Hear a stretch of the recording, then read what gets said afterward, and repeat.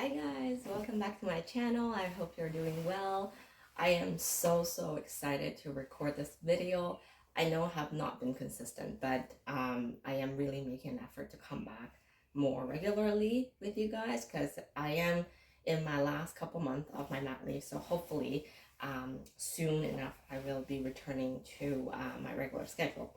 But today, as you can tell from the title, I'm sharing my very first Birkin with you guys. And if you know the brand or know the history of the brand and seen this dust bag, you probably know is a vintage Birkin.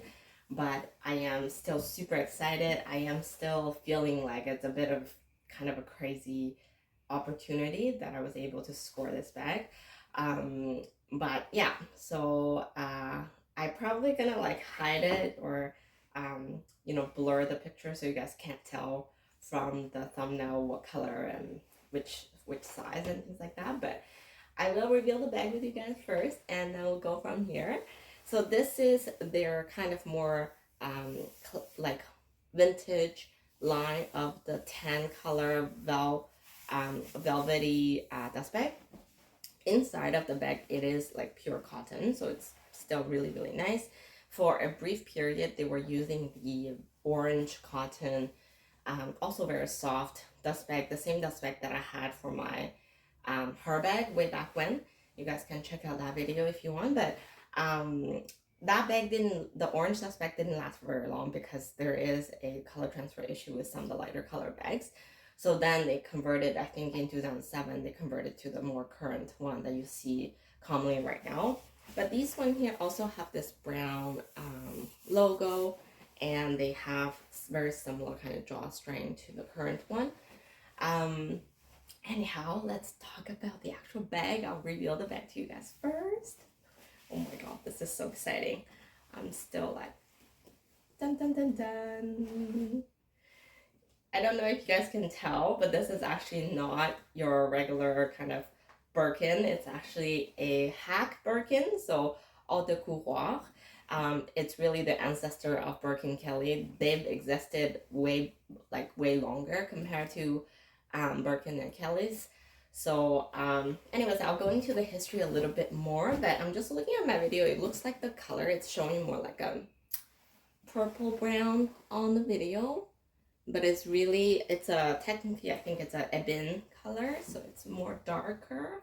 Under certain light, it's like a dark brown, black color. Like if I'm looking at right now, it's kind of like a really dark brown, but I feel like the camera's picking up more like a, it's a bit more real if I'm closer, I think.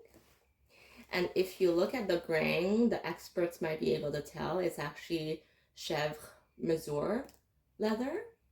So they're goat leather. It's a type of their goat leather. And I love how there's a grain like down the middle. You can see it's a very symmetrical cut. I think it's more evident from the bottom. You can see a clear line in the middle here.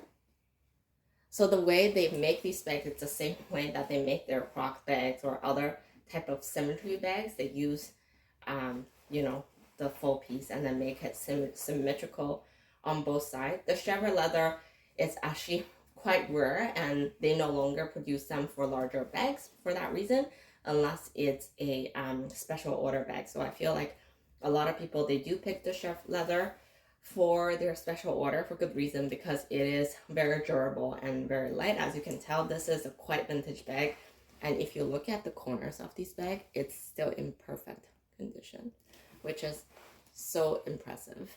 The handle as well, absolutely perfect condition. The only thing about this bag is the hardware could probably use a polish or a replacement. Is not to the point that I feel like it's completely lost its shininess, but it's definitely a more scratched up compared to my Kelly. Because it's also gold plated, it does look a lot nicer, I think. But I have no complaints otherwise with this bag. And this is the size 32, so it's actually the same exact size to my Kelly, but it definitely looks slightly bigger. It's the same width, but it is quite a bit, the depth is quite a bit more. If I do a side by side, you guys can tell. So the Kelly holds a lot less in comparison. And you can tell the hack is quite a bit taller as well. This 32 Kelly is actually more comparable to like a Birkin 30 size, because I've had my friend's Birkin that I looked at, and it was like fairly similar when you're especially on the body. It looks quite more similar to this. I think this is definitely this is the size that's in between Birkin 30 and 35. Okay, other than that though, it's truly very, very similar build, very similar design, and even interior, everything is basically the same as Birkin. The handle is quite a bit shorter, but it does go to my elbow, no issue. I can carry like this, no problem. But if you look at like a Birkin 30 or 35, the handle would be longer. But this is truly the size between 30 and 35. And initially, I think if you follow my other videos, I've been wanting a Birkin 35 for quite some time, but I'm glad that I decided to go with the 32 because everyone has been warning me how heavy the 35 is going to be. So I think if I do come across a really good one, I may still go for it. But right now, this is my newest addition to my collection. So I'm truly like so happy with this bag. Okay, let's open her up, because with the flap, the Birkin flap, if you're a Birkin owner, let me know if you ever strap it all in like this, because I feel like nobody ever does that. It's way too much work to get in and out of the bag if you choose to use the flap. I think way back when they designed the bag to carry like boots and other riding gears, I think, you know, they want to make sure it's very secure and very tight. But honestly, the lock design is just so complicated. I don't think anyone uses it to get in and out the bag. With Kelly, it's a little bit easier because the flap is much easier to open and close. I can do a quick comparison later, but I do plan on doing a more comprehensive Kelly Birkin comparison down the road. So let's just focus on the Birkin today. Anyways, I will open it up for you. So it's exactly the same thing. Another thing about hack is oftentimes the hack bag, they do come with a square turn lock, versus this one is the exact same as the Birkin. It's a round turn lock. Just depends on which series, which year you make the purchase. They went back and forth, but the current one in store, which you can only get in size 40 and 50, I believe, they do have the square turn lock. I think, you know, it is to differentiate from the Birkins, but also I think those are more to the original design of the bag. So if you open it up, it's the same thing. Okay, and then there is this, I forgot what these are called, but there's more hardware on these sides. And then you just pull it open. This is the flap of the bag. So you do have to like get the turn lock through this opening right here. The bag still feels very sturdy, very nice and durable. I really love it. And I think majority of the time people carries it like this, which I think it's a much more practical way, because then you can use it like a tote bag. Very easy to get in and out of the bag. It did come with the dust bag, as you've seen, and it does come with the keys and lock as well, and the silver matching. I do think the Chef crochet, it's very cute, very nice. It's actually way in much better condition compared to the Epsom leather or the Courchevel leather vintage one that I got, because it just like the leather feels a lot less processed, and it's very nice and soft. It does not feel like old or very like dry. It's just in very nice condition overall. And here's a lock. The lock again needs some polishing, but overall it's not bad at all. Should try to see. I did try to open it, I'm sure. Yeah, no problem. I actually like things to be minimalistic, so I almost don't even want to wear the clochette on the bag. I know a lot of people do that just as Okay, do some mock shots for you guys. So I am 160 centimeter, and I've gained some weight lately, but you can pretty much tell my height. I am wearing a little bit of the platform with the Prada loafers, but not too bad. Like I said, I can go through my arm, no problem. I'm not extra skinny or anything like that, so my arm is, there is still a little bit of gap. I don't know if I would be able to do it with a heavy coat, but I feel like you could definitely get through your hand onto your elbow, no problem. I already carried it one time to go out and had a kind of a thin coat on, and it was fine. And I just love how it looks. I have been looking for a black one for the longest time. If you follow my channel, you might know this. I don't care the hardware color, but I want it black. And then I came across these hack bags on Facebook groups and in other platforms, and I was like, "Ooh, that's like a really cool, interesting size," because it's almost as small as the 30, but it's, I mean, first of all, the price point is like not even comparable. It's actually, it could be even cheaper than a Birkin 35, even in around the similar stage, similar condition. Just because it is a discontinued model, not a lot of people know about this. It's not something that people kind of search for, I think. I purchased this one through a Japanese website, and I know people are gonna start asking, please like private message me or something like that if you are interested. If you're purchasing from Canada, though, there is a good chance you will get a duty tax when it comes in. I have kind of, I did consider that part when I made the purchase, but I think even with that, it is still a really good price. It's definitely a much more affordable option if you're looking to purchase a Birkin Kelly.